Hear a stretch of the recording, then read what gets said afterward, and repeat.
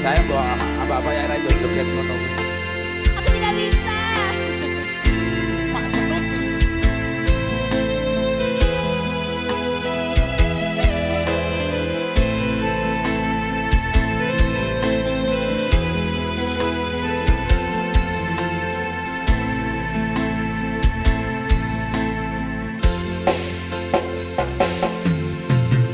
Orang gampang nompo lelakon iki, aku wis nyoba ikhlas nanging apa tak lakoni, nompo kasunyatane tresno kowe sumanding mulya.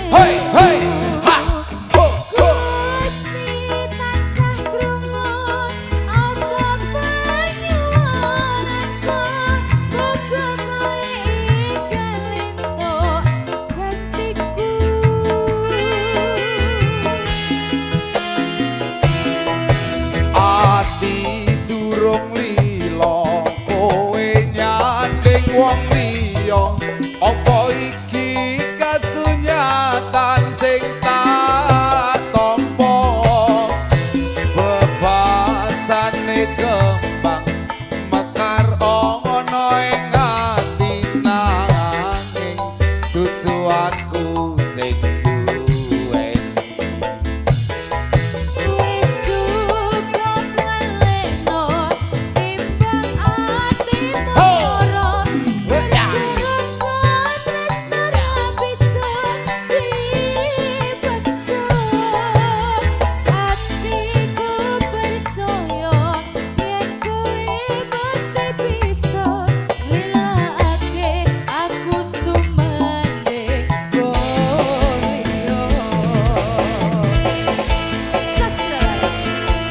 dan studio video syuting Berkah Audio.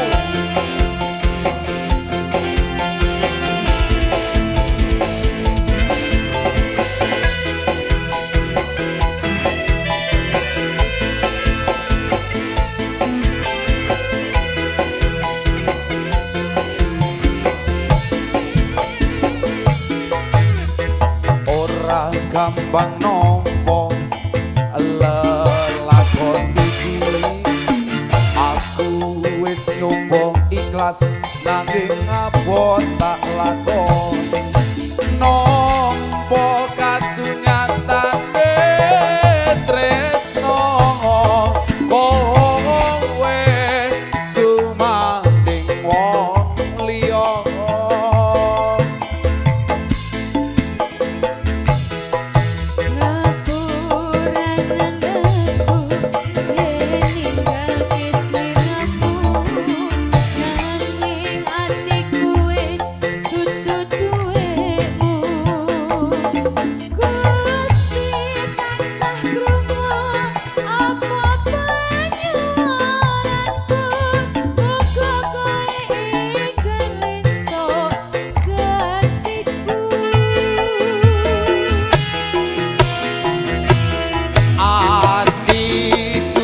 Lilo kowe nyanding wong liya, apa iki kasunyatan sing tak tampa, bebasane kembang mekar ana ning ati nanging dudu aku sing duweni.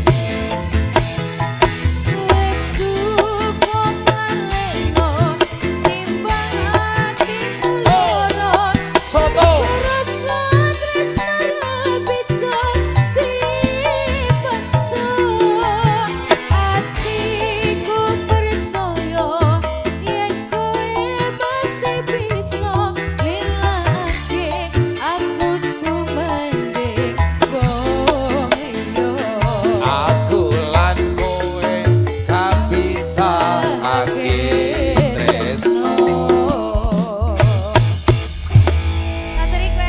Tante thank you.